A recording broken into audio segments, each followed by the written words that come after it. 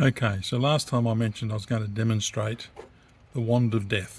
I think you'll see what I mean shortly. So I've gone around and soldered on all of the components using the crappy solder.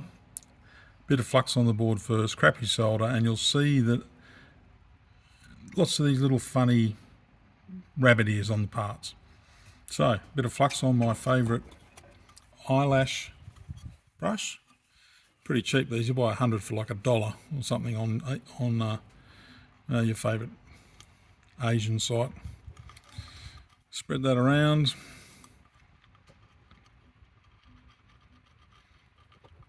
Nice thing about a brush like this is that as you move it, because flux transfers from bristles here to bristles there and backwards and forwards as you move it across the board, it's very easy to quickly get a covering of flux without having to worry about it.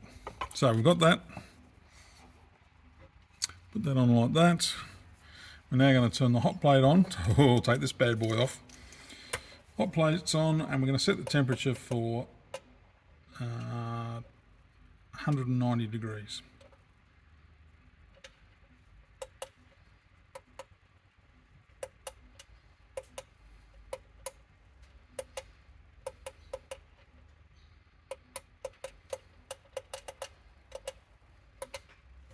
Right, that should be warming up.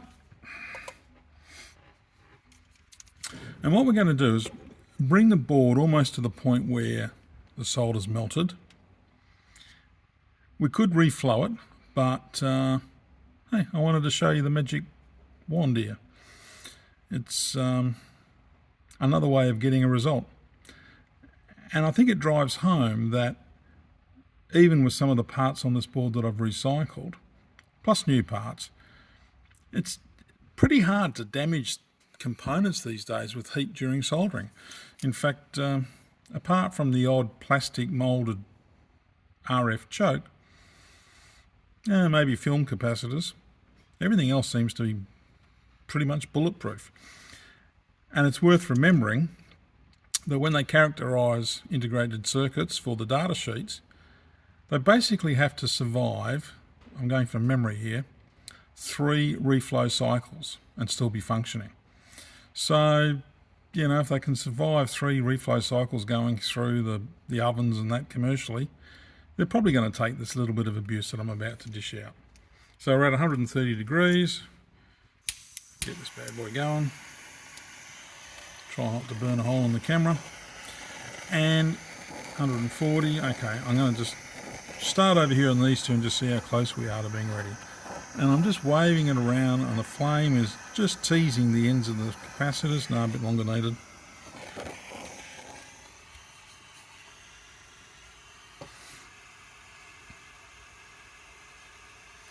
And I might even put my optical aid on so I can see what I'm doing this time. It's always a big help. Oh, look at that, see? Once you get the board warmed, it only takes a moment from the wand of death, and everything just flows again. Beautiful. Oh, I love it.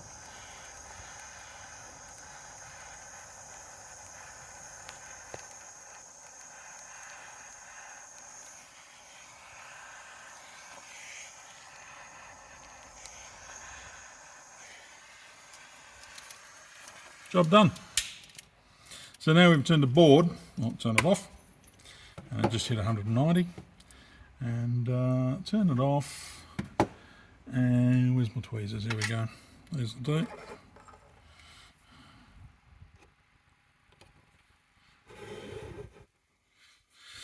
What you'll see now is all of those little funny spiky bits have gone, reflowed down, and it looks nicer. Probably works better. That can't be 100% sure. Why am I using crappy solder? To make the point that you can, if your techniques are good, you'd be surprised what you can get away with. As I say, NASA soldering, leave it for NASA. Building stuff at home, do it the way you could do it without having to spend a whole heap of time and effort and all this special kit that people want you to buy. Okay, more next time.